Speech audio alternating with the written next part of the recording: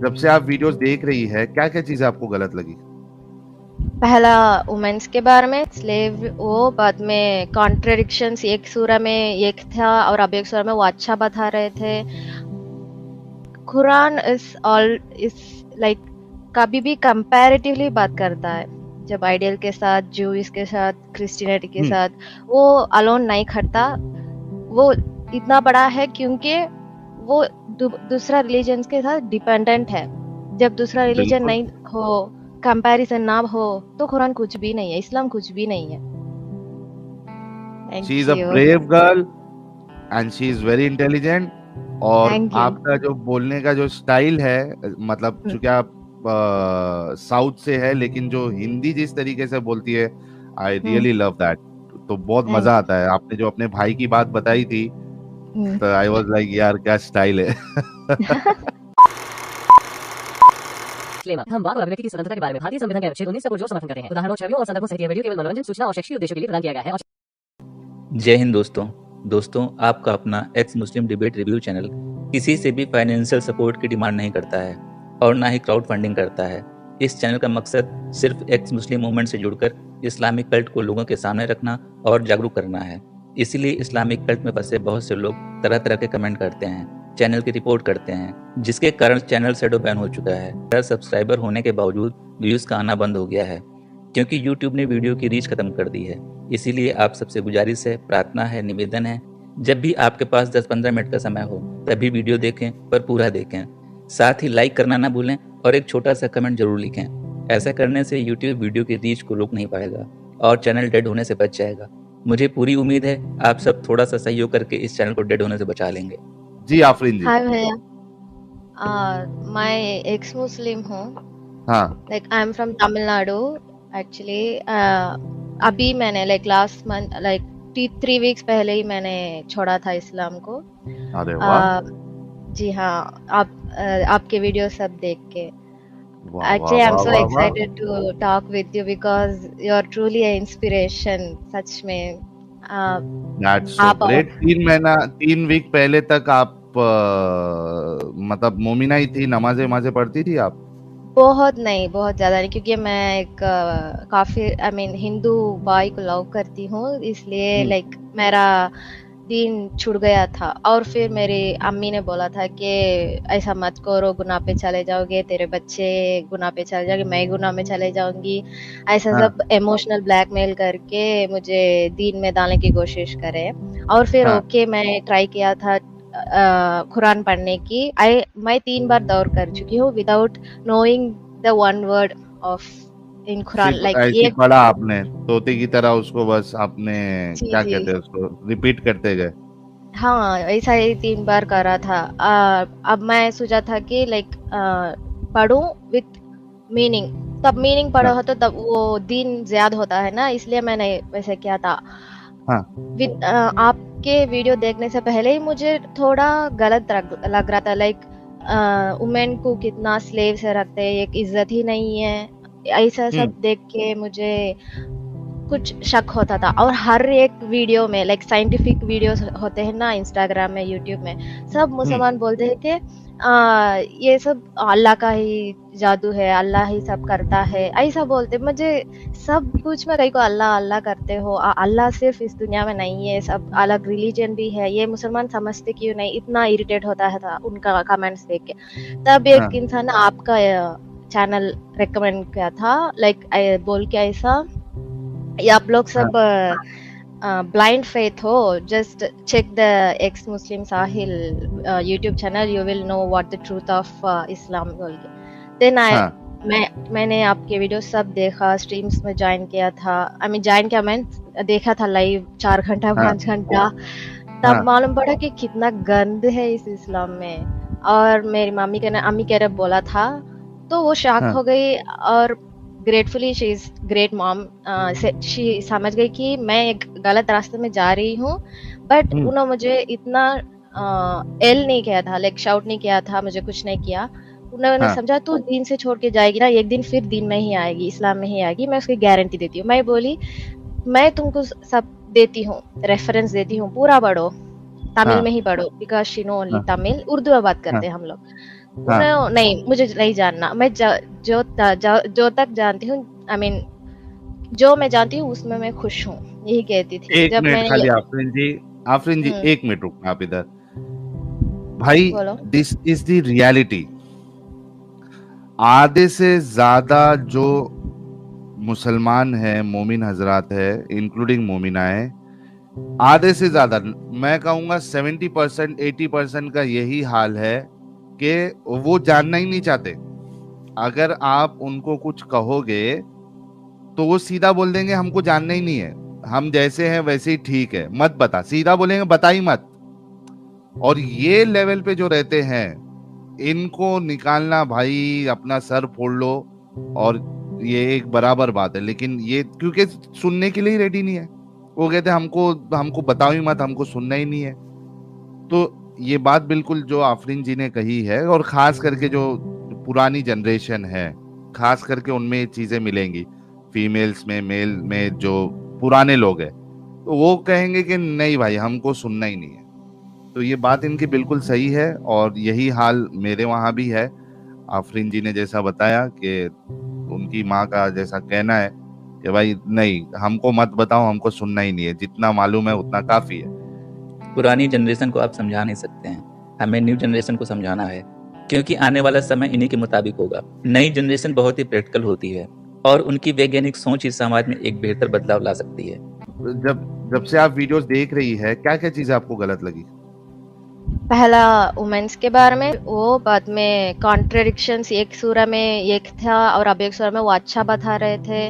और अली के कल मैंने स्ट्रीम देखा, ट्यूसडे, अली कैसा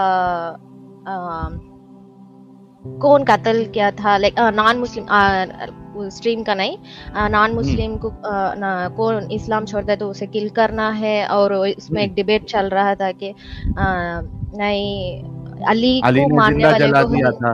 हाँ वैसा सब, मुझे सब कुछ ही गलत दिख रहा है वहाँ। खुद को मना भी एक अच्छा इंसान बता रहे हैं, लेकिन most of the time he is wrong in Quran and हदीस। एंड ये बात है कि मेरे भाई के ने मैं बोला था, वो आज तक कुरान नहीं पढ़ा, सिर्फ नमाज पढ़ता है।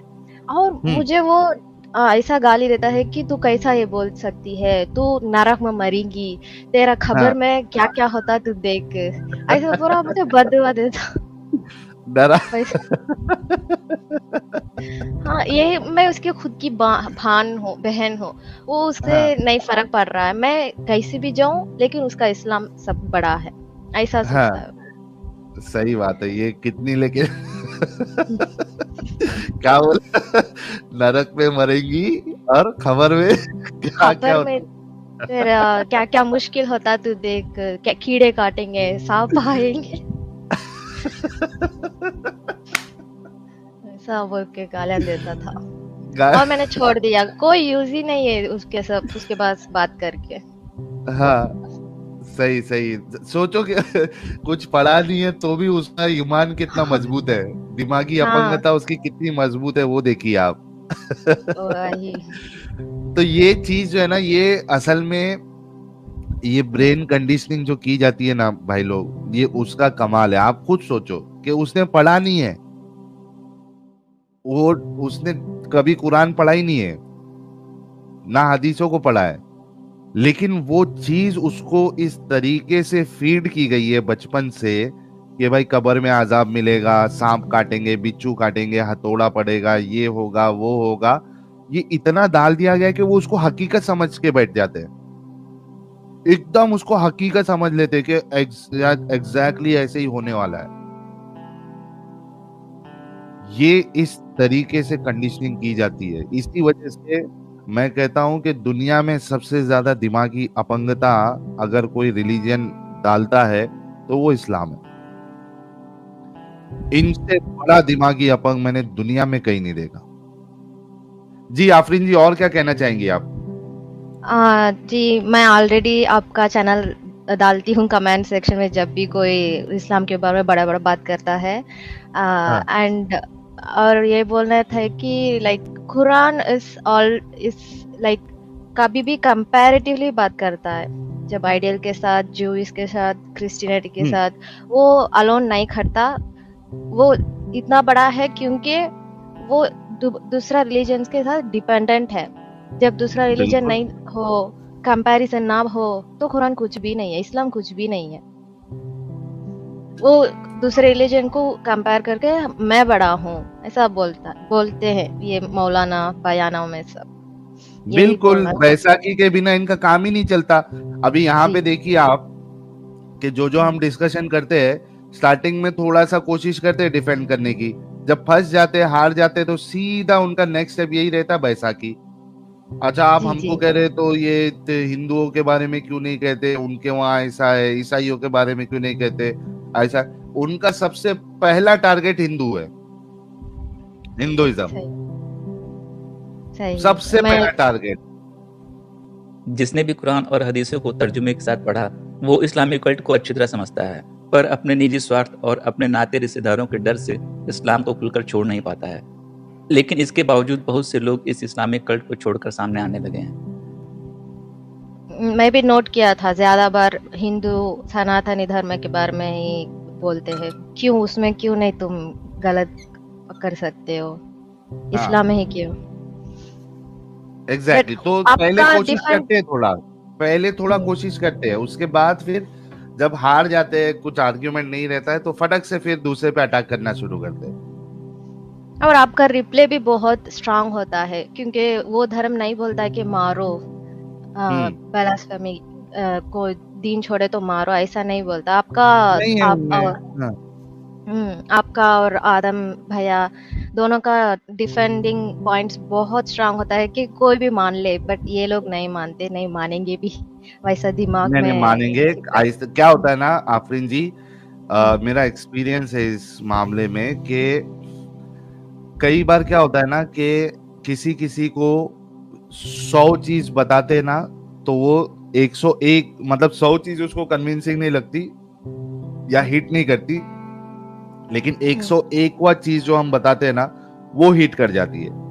किसी ओके को क्या हिट कर दे कुछ बोल नहीं सकते। और उसके बाद क्या होता है बहुत से बार एक इंसान जब आता है तभी तो वो इसी क्या कहते हैं उसको नियत से आता है कि मुझे इसको हराना है, ठीक है, मुझे मानना नहीं है।